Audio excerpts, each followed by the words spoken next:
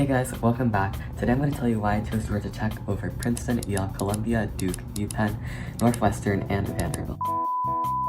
Jokes aside, I'm very grateful I got the chance to choose from so many great universities, and in this video, I want to kind of give you the story of how we got here and then also why I chose the school that I chose.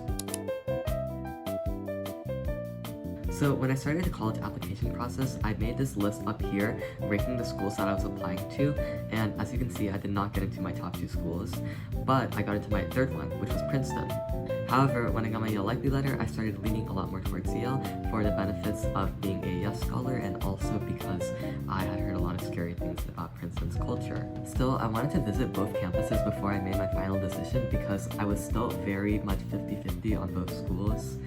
Since neither were my top 2, but they were also very high on my list, I was kind of conflicted as to which one I preferred over the other and wanted to make that decision by fully immersing myself in their student experience. So then I went to the preview days for Yale and Princeton. I didn't mention this earlier, but I kind of stopped considering all the other colleges I got into because, for one, they were all more expensive than Yale and Princeton, with the exception of UGA, because I had a full ride there. But I had wanted to go out of state for a while, and Yale and Princeton are both very up there in prestige, being like 2 of the 5 HYP SM schools. So that's why I kind of ruled out all the other schools. But when I first toured Princeton, I really liked how pretty the campus was, and I actually had the chance to talk to a few current students there about kind of what I'd heard online about Princeton being very cutthroat. And I realized that it's actually a place where you can kind of choose your own path. So while there are some people that are that way, a lot of students are more chill. So that actually started making me lean a lot more towards Princeton because being a STEM major in college, Princeton is definitely much higher ranked than Yale. So I was kind of leaning toward Princeton at this point because I was thinking, you know, even though I got this likely letter at Yale, Princeton does have a better STEM program and a lot of the fears that I had about its culture were debunked. So it should be a perfect place for me to go to college. So going into Yale's bullet preview, I went in with the feeling that I go to Princeton unless I really liked Yale and had the feeling that I had to go here. And drum roll please. Hi guys, I'd like to quickly remind you to just subscribe to my channel. So currently we have 1,225 subscribers, but only 2.7% of you guys are subscribed. But if the other whatever percent of you guys subscribed, we would go, wait, I forgot the number, 1 second. We would go to 45,370 subscribers. So that would be kind of insane, so please subscribe also because this is now becoming my side hustle. Thanks and bye. I ended up choosing Yale. So for the rest of this video, I want to take you through essentially the spreadsheet that I made of the pros and cons of Yale versus Princeton, and I'm going to take you through each category, and those are academics, extracurriculars, music, community, housing, food, location, campus, and then some just miscellaneous items. So first for academics, this is something that Princeton definitely beat Yale in to a certain extent. So from the data I could garner from US News, apparently Princeton is ranked 3 in physics and Yale is ranked number 9. And for undergraduate CS, Princeton is ranked number 6 and Yale is ranked number 14. And before I go on, those are the 2 majors I was like considering. I applied as an applied physics major for Yale and a regular physics major for Princeton, but actually I think now I'm more likely to do comp sci, so I'm still deciding, but that's just some background information. So from what I looked at on their websites, the programs actually seemed pretty similar in terms of like classes, and I guess you kind of get that like undergraduate anywhere in like any really prestigious institution that you go to, but that kind of like leveled it out a little bit more for me because there were other factors why I kind of wanted to choose Yale over Princeton that I'll get into later, and I guess I was kind of looking for a way to compromise on the academics.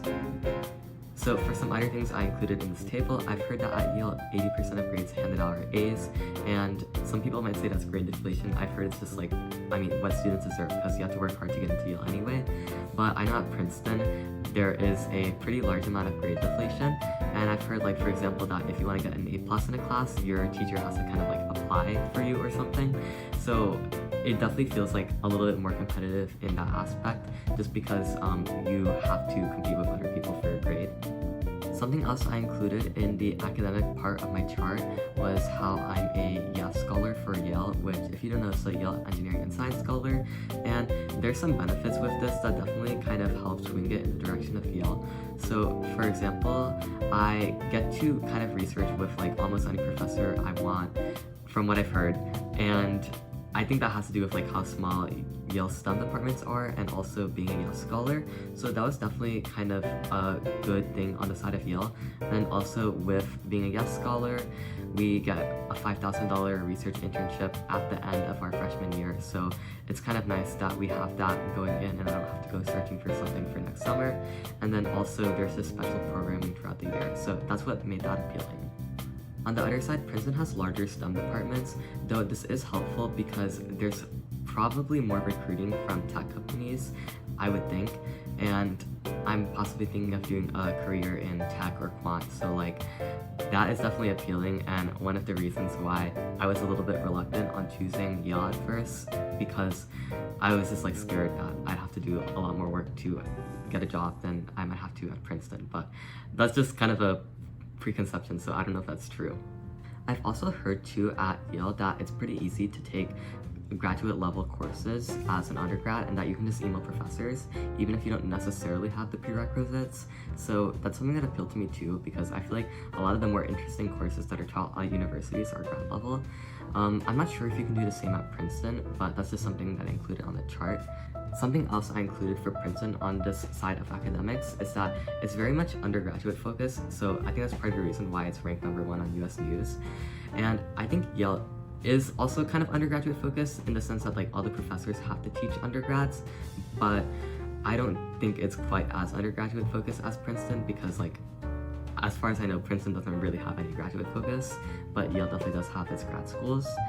One other thing I included for Princeton as a kind of negative, which I guess it depends on the person, is the senior thesis, which is this big capstone project. And I'm pretty sure Yale also has capstone projects, but I've just heard so much talk about it at Princeton, and it's like, it seems like it would be an amazing experience, but you know, maybe I want to take it just a little bit more chill. But yeah, that's it for academics. So next for extracurriculars at both schools, I first went to the Princeton Club Fair during Princeton Preview, and it was definitely pretty nice. There were a lot of clubs, maybe like 50-ish, but I would say compared to Yale, I found so many more clubs at Yale. And I guess it also has to do with the nature of the programming at both previews, because for Princeton Preview, it was just 1 day, and Bulldog Days was 3 days. So at Princeton Preview, it was just a club fair, and that's kind of like the only way you got to know clubs. But at Bulldog Days, all the clubs hosted individual events, so it kind of gave me the sense that like the clubs at Yale are a lot more active than the ones at Princeton. I mean, like, they're probably both active, but I just kind of got that vibe, so that was something that like really made me want to go to Yale after going into these little events for all these clubs that I found interesting.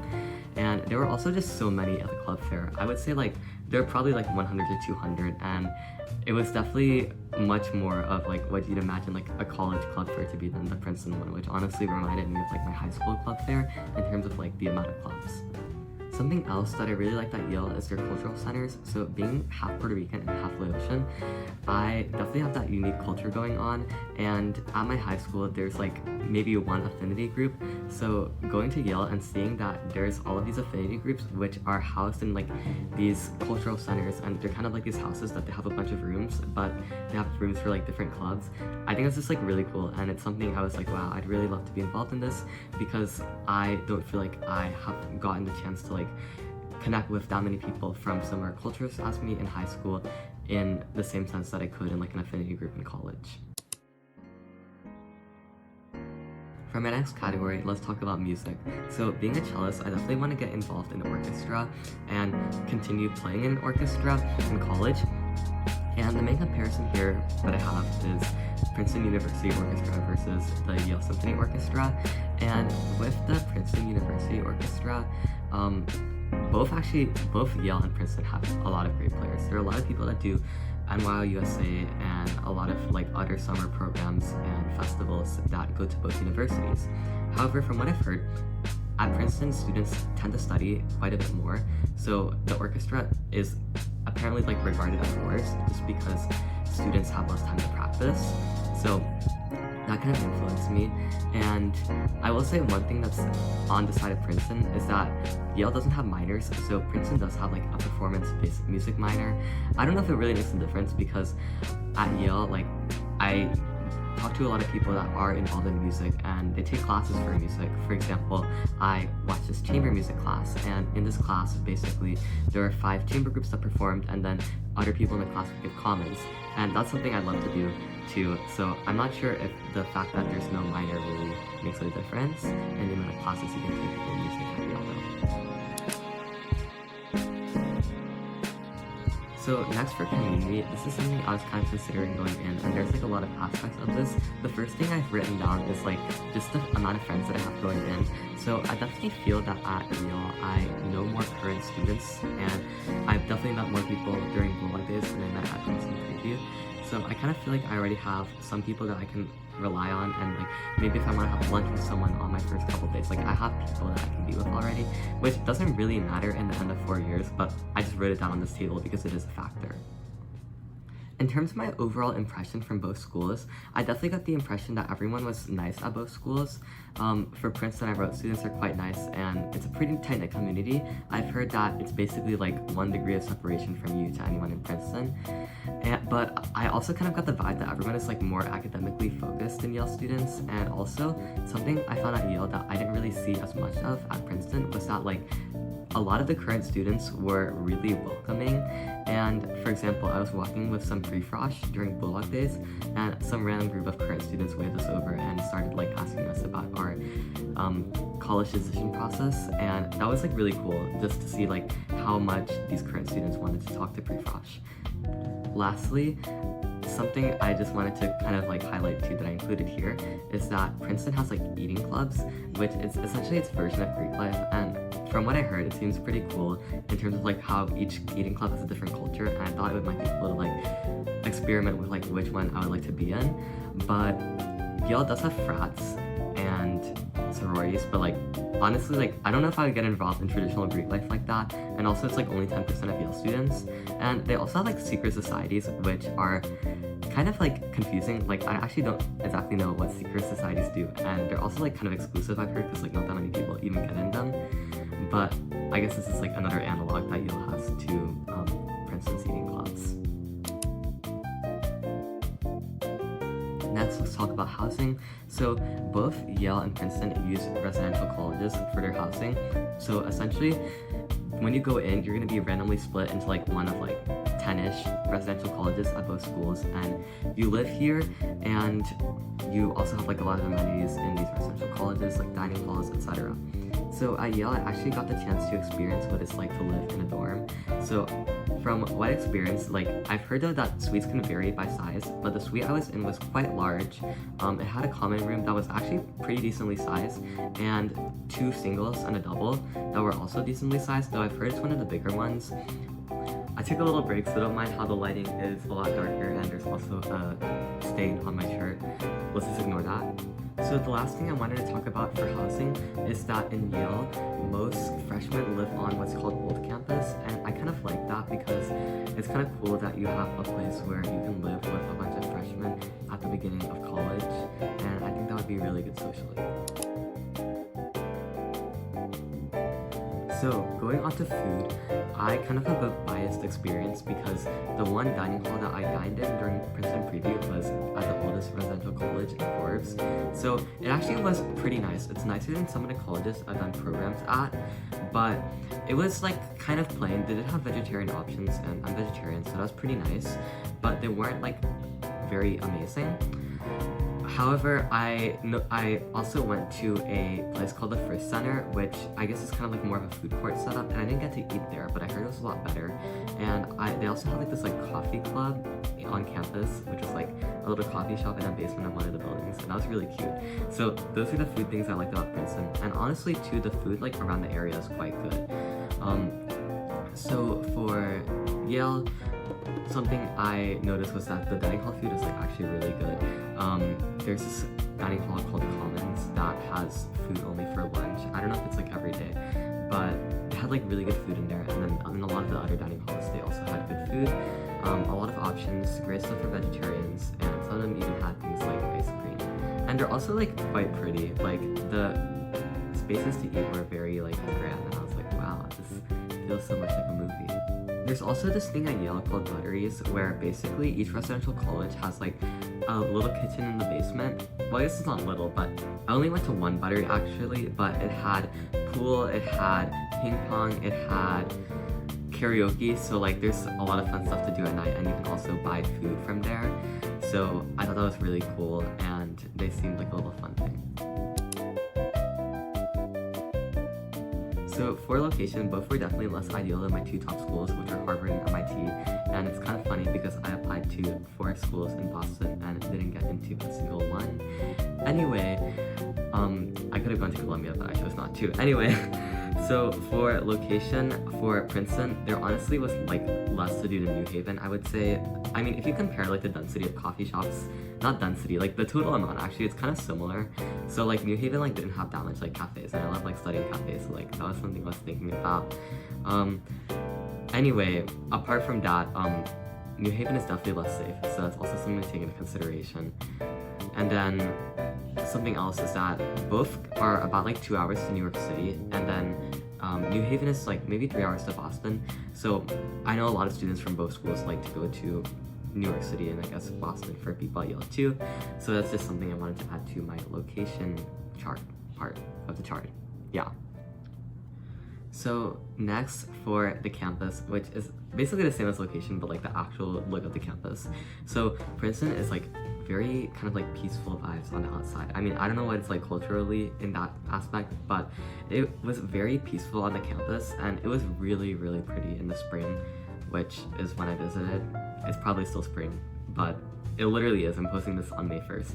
But it was really pretty. There are a bunch of flowers blooming, and it was just such a nice vibe. Like I was like, wow, I can't believe I got in this place.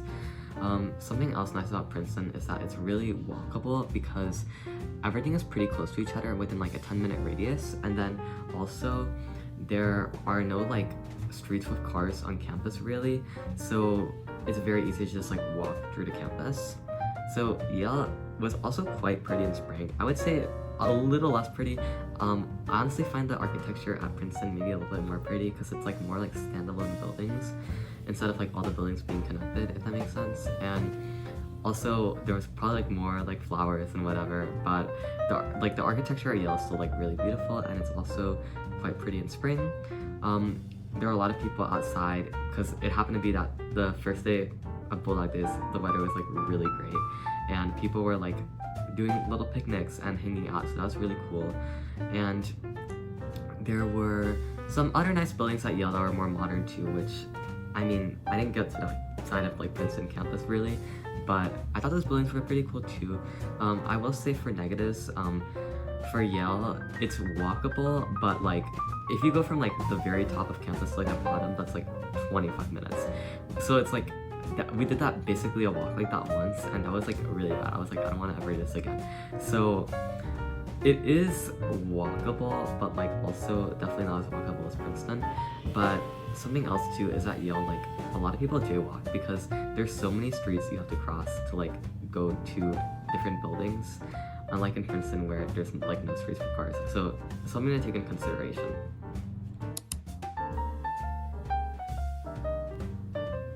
So for my miscellaneous things that don't really make any sense, but I'll just include them here.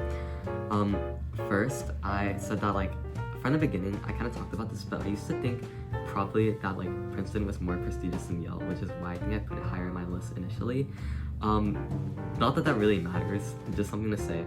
And also, prestige is a very like subjective thing. So I know a lot of people that have had like other opinions about this too. One other thing I included in my miscellaneous column was that Princeton definitely heavily encourages study abroad, and I've heard like Yale doesn't really do it aside for like summer terms, so that's also something I took into consideration. And the last thing is that this is so like random, but like I feel like the Yale content I posted has done better than my Princeton content. So yeah, I'm taking that into consideration too, I guess. Yeah, so guys, this is the end of the video. That's everything.